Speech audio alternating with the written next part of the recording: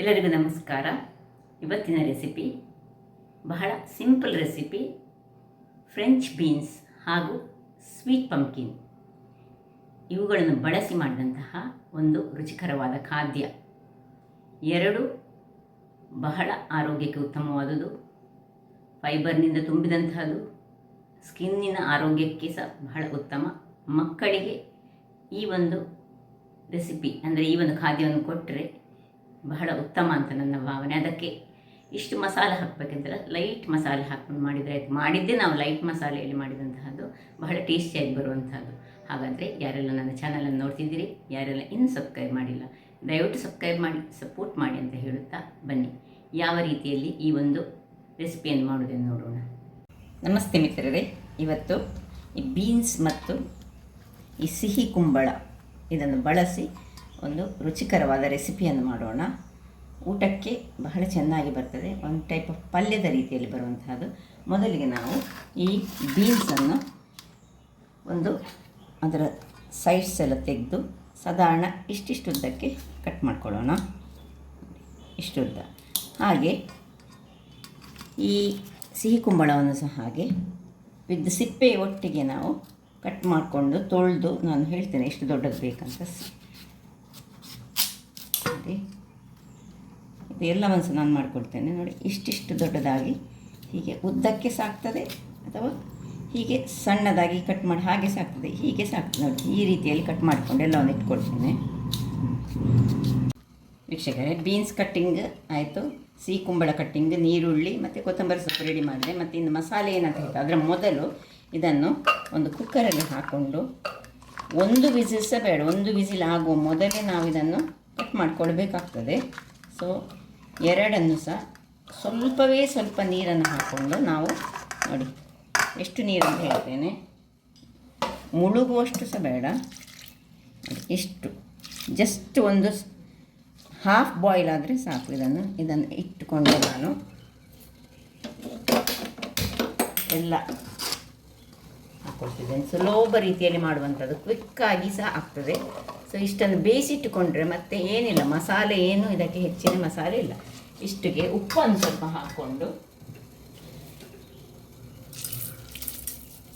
ಮತ್ತೆ ಉಪ್ಪು ಹಾಕುವಾಗ ನೆನಪಿಸ್ಕೊಳ್ಬೇಕು. ಸೊ ಇದನ್ನು ಆನ್ ಮಾಡಿಕೊಂಡೆ ನಾನು. ವಿಸಿಲಿಟ್ಟು ಒಂದು ವಿಸಿಲ್ ಬರಲಿಕ್ಕಾಗ ಆಫ್ ಮಾಡ್ಕೊಳ್ಳೋಣ. ವೀಕ್ಷಕರೇ, ಇಲ್ಲಿ ಬೇಯ್ತಾ ಇರುವಾಗ ಇಲ್ಲಿ ಒಂದು ಬಾಣಲೆಯನ್ನು ಅಂದರೆ ತವವನ್ನು ಇಟ್ಟುಕೊಂಡಿದ್ದೇನೆ. ಮಸಾಲೆ ಪದಾರ್ಥಗಳು ಏನು ಬೇಕು ಹೇಳಿದರೆ, 3 ಈ ಬ್ಯಾಡ್ಗೆ ಮೆಣಸು ಇಟ್ಕೊಂಡಿದ್ದೇನೆ ನಾನು. ಒಂದು 3/4 ಚಮಚದಷ್ಟು ಈ ಕೊತ್ತಂಬರಿ ಬೀಜ ಆದರೆ, ಅರ್ಧ ಚಮಚದಷ್ಟು ಜೀರಿಗೆ, 1/4 ಚಮಚದಷ್ಟು ಸೋಂಫು, ಮತ್ತು ಒಂದು ಸಣ್ಣ ಹುಳಿ, ಮತ್ತು ಸ್ವಲ್ಪ ಕರಿಬೇವಿನ ಸೊಪ್ಪು. ಮೊದಲಿಗೆ ಸ್ವಲ್ಪ ಕರಿಬೇವಿನ ಸೊಪ್ಪು ಮತ್ತು ಅದಕ್ಕೆ ಸ್ವಲ್ಪ 1 ಚಮಚದಷ್ಟು ಎಣ್ಣೆಯನ್ನು ಹಾಕೊಳ್ತಿದ್ದೇನೆ. ಚೂರು ಫ್ರೈ ಆಗಲಿ. ಅಷ್ಟಾಗುವಾಗ ಈ ಎಲ್ಲ ಮಸಾಲೆಗಳು, ಹೀಗೆ ಈ ಮೆಣಸನ್ನು ಹಾಕೊಳ್ತಿದ್ದೇನೆ. ಮೆಣಸು ಚೂರು ಉಬ್ಬಿ ಬರುವಾಗ ಕೊತ್ತಂಬರಿ, ಜೀರಿಗೆ ಮತ್ತು ಸೋಂಪು ಒಂದು 1/4 ಪಿಂಚಪ್ ಹಾಕ್ಕೊಳ್ಬೇಕು. ಅದು ಒಳ್ಳೆ ಪರಿಮಳವನ್ನು ಕೊಡ್ತದೆ. ಸಣ್ಣ ಉರಿಯಲ್ಲಿ ಇದನ್ನು ಚೂರು ಫ್ರೈ ಮಾಡ್ಕೊಳ್ಳೋಣ, ಸಾಕು. ಇಷ್ಟ ಆಗುವಾಗ ಫ್ರೈ ಆಯಿತು. ಮೆಣಸು ಉಬ್ಬಿ ಬರುವಾಗ ಮತ್ತು ಒಂದು ಘಮ ಬರುವಾಗ ಇದನ್ನು ಆಫ್ ಮಾಡಿಕೊಂಡು ನಾವು ತಣ್ಣಗಾಗಿ ಬಿಡೋಣ. ವೀಕ್ಷಕರೇ ನೋಡಿ, ಒಂದು ವಿಸಿಲ್ ಬರಲಿಕ್ಕೆ ಆಗುವಾಗ ಇದನ್ನೀಗ ಆಫ್ ಮಾಡ್ಕೊಳ್ತಿದ್ದೇನೆ ನಾನು. ಇಲ್ಲಿ ಈ ಮಸಾಲೆ ಸಹ ಅಷ್ಟೊತ್ತಿಗೆ ತಣ್ಣಗಾಗಿದೆ. ಇದನ್ನೀಗ ಒಂದು ಮಿಕ್ಸಿ ಜಾರಿಗೆ ಹಾಕೊಳ್ಳೋಣ. ಮಿಕ್ಸಿಯಲ್ಲಿ ತುರಿಗೆ ಒಂದು ಸ್ವಲ್ಪ ಹುಳಿ ಮತ್ತು ಈ ಒಂದು ಸೋಂಫ್, ಜೀರಾ, ಮತ್ತು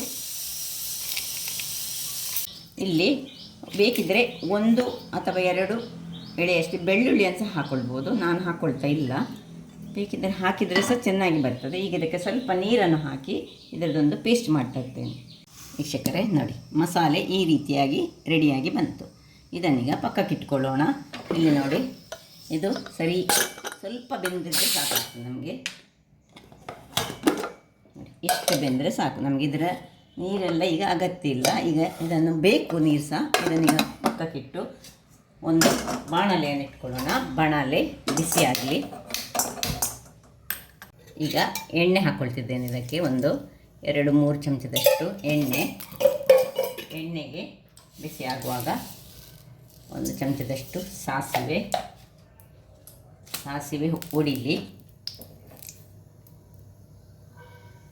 ಕರಿಬೇವಿನ ಸೊಪ್ಪು ಹಾಕೊಳ್ಳೋಣ.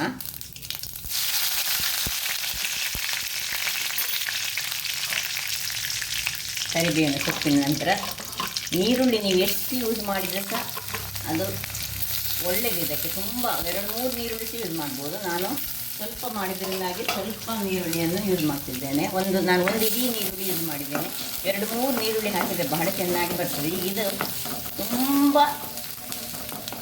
ಫ್ರೈ ಆಗಬಾರ್ದು, ಸ್ವಲ್ಪ ಟ್ರಾನ್ಸ್ಪರೆಂಟ್ ಆದರೆ ಸಾಕು. ಅಷ್ಟೊತ್ತೊಂಚೂರು ಸಾಟೆ ಮಾಡ್ಕೊಳ್ಳೋಣ ಇದನ್ನು. ವೀಕ್ಷಕರೇ ನೋಡಿ, ಇಲ್ಲಿ ತನಕ ಹೀಗೆ ಇಷ್ಟ ಆಗುವಾಗ ನಾವೇನು ಮಸಾಲೆ ಮಾಡಿದ್ದೇವೆ ಆ ಮಸಾಲೆಯನ್ನು ಇದಕ್ಕೆ ಹಾಕ್ಕೊಳ್ತಿದ್ದೇನೆ.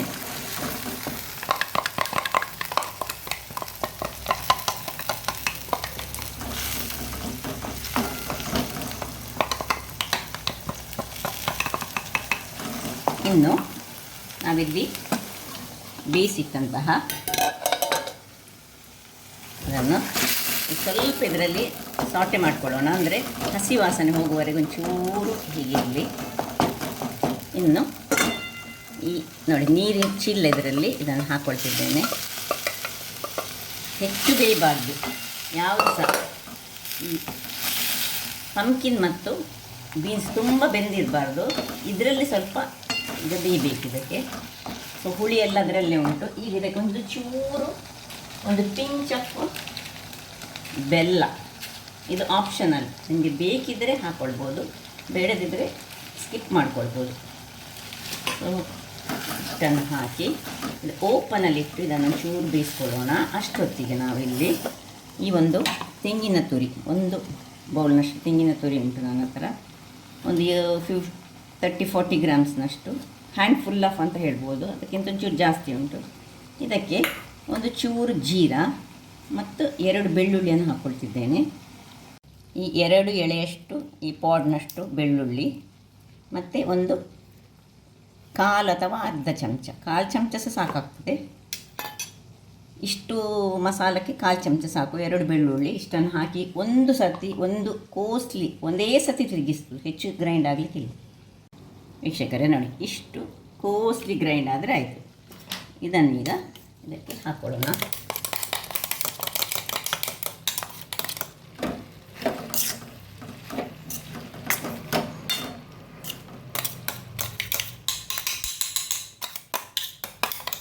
ಒಂದು ರುಚಿಕರವಾದ ರೆಸಿಪಿ ತಯಾರಾಗ್ತಾ ಉಂಟು. ಸೊ ಇದನ್ನು ಚೆನ್ನಾಗಿ ಸ್ವಲ್ಪ ಈಗ ಕೊನೆಗೆ ಹಳದಿ, ಆಗಲೇ ಗ್ರೈಂಡ್ ಮಾಡುವಾಗಲೇ ಸಹ ಹಳದಿ ಹಾಕ್ಕೊಳ್ಬೋದು ಅಥವಾ ಅದರ ಮೊದಲೇ ಹಾಕ್ಕೊಳ್ಬೋದು. ಈಗ ನಾನು ಹಾಕ್ಕೊಳ್ತಿದ್ದೇನೆ ಕೊನೆಯಲ್ಲಿ ಒಂದು ಅರ್ಧದಿಂದ 3/4 ಚಮಚದಷ್ಟು ಸಾಕು. ಇದನ್ನು ಹಾಕಿ ಚೆನ್ನಾಗಿ ಒಮ್ಮೆ ತಿರುಗಿಸಿ, ಒಮ್ಮೆ ಸ್ವಲ್ಪ 1-2 ನಿಮಿಷಗಳ ಕಾಲ ಮುಚ್ಚಳವನ್ನು ಮುಚ್ಚಿಕೊಳ್ಳೋಣ. ಏನು ನೀರಿಲ್ಲ, ಈ ರೀತಿಯಾಗಿ ಬೇಯಿಸ್ಕೊಳ್ಳೋಣ. 2 ನಿಮಿಷಗಳ ಕಾಲ ಬೇಯಿಸ್ಕೊಳ್ಳಿಕೊಂಡು ಇಲ್ಲಿ ಈಗ ಒಂದು ಚೂರು ಉಪ್ಪನ್ನು ಚೆಕ್ ಮಾಡ್ಕೊಳ್ಳೋಣ. ನಾವು ಉಪ್ಪು ಹಾಕಲಿಲ್ಲ, ಆಗ ಖಾಲಿ ಬೇಯಿಸುವಾಗ ಮಾತ್ರ ಹಾಕಿದ್ದು. ಈಗ ಸ್ವಲ್ಪ ಉಪ್ಪು ಬೇಕಾಗ್ತದೆ, ನಾನು ಕಡಿಮೆ ಉಂಟು ಉಪ್ಪು. ಸೊ ಉಪ್ಪು ಸ್ವಲ್ಪ ಹಾಕ್ಕೊಂಡು ಒಮ್ಮೆ ತಿರುಗಿಸ್ಕೊಳ್ಳೋಣ. ಸೊ ಇನ್ನು ಮುಚ್ಚಳವನ್ನು ಮುಚ್ಚಿಕೊಂಡು 2 ನಿಮಿಷಗಳ ಕಾಲ ಮೀಡಿಯಮ್ ಉರಿಯಲ್ಲಿ ಬೇಯಿಸ್ಕೊಳ್ಳೋಣ. ವೀಕ್ಷಕರೇ ನೋಡಿ, 2 ನಿಮಿಷಗಳ ಬಳಿಕ ಏನು ಚೆನ್ನಾಗಿ ಬಂದಿದೆ ಹೇಳಿದರೆ ಈಗ ಕೊತ್ತಂಬರಿ ಸೊಪ್ಪನ್ನು ಉದಿಸ್ಕೊಳ್ಳೋಣ. ಆಯಿತು, ರೆಡಿ ಆಯಿತು. ಈಗ ಸರ್ವಿಂಗ್ ಟೈಮ್. ನೋಡಿ ಏನು ಚೆನ್ನಾಗಿ ಬಂದು ಹೇಳಿದರೆ ಒಂದು ರುಚಿಕರವಾದ ಆರೋಗ್ಯದಾಯಕವಾದ ಸೈಡ್ ಡಿಶ್ ಅಂತ ಹೇಳ್ಬೋದು. ಒಂದು ಸಾಂಬಾರ ಇದ್ದರೆ ಸಾಕು, ಬಹಳ ಚೆನ್ನಾಗಿ ಬರುವಂಥದ್ದು. ನೋಡಿ ಏನು ಚೆನ್ನಾಗಿ ಬಂದಿದೆ ಹೇಳಿದರೆ ಟೇಸ್ಟ್ ಸಹ ಅಷ್ಟೇ ಅದ್ಭುತ. ಒಂದು ಇದರಲ್ಲಿ ಮೇಯ್ನಾಗಿ ಬೀನ್ಸ್ ಮತ್ತು ಈ ಸಿಹಿ ಕುಂಬಳ ಲೆಕ್ಕಕ್ಕಿಂತ ಹೆಚ್ಚು ಬೇಯಿಸ್ಕೊಳ್ಬಾರ್ದು. ಅಲ್ಲಿರೋದು. ಅದು ತಿನ್ನುವಾಗ ಸ್ವಲ್ಪ ನಮಗೆ ಹೀಗೆ ಕೈಯಲ್ಲಿ ಹೀಗೆ ತೆಗೆದು ತಿನ್ನುವ ಹಾಗೆ ಇರಬೇಕು. ಅದರಿಂದಾಗಿ ವಿಸಿಲ್ ಕುಕ್ಕರಲ್ಲಿ ಬೇಯಿಸಬೇಡಿ, ಕಾಲು ಬೇಯಿಸಿದರೆ ತುಂಬ ಚೆನ್ನಾಗಿ ಬರ್ತದೆ. ನಾನು ನಿಮಗೆ ಕೆಲವರಿಗೆ ಅರ್ಜೆಂಟಿನವರಿಗೆ ಹೇಗೆ ಹೇಳಿದರೆ ಕುಕ್ಕರಲ್ಲಿ ಬೇಯಿಸ್ಕೊಂಡು ಮಾಡೋದು ಹೇಗೆ ರೀತಿ ಅಂತ ತೋರಿಸ್ಕೊಟ್ಟದ್ದು. ನೋಡಿದ್ರಲ್ಲ ವೀಕ್ಷಕರೇ, ಒಂದು ರುಚಿಕರವಾದ ಹಾಗೂ ಆರೋಗ್ಯದಾಯಕವಾದ ಸಿಹಿ ಕುಂಬಳದ ಆರೋಗ್ಯಭರಿತ ಅಂಶಗಳು ನಿಮಗೆಲ್ಲ ಗೊತ್ತಿರುವಂತಹದ್ದೇ.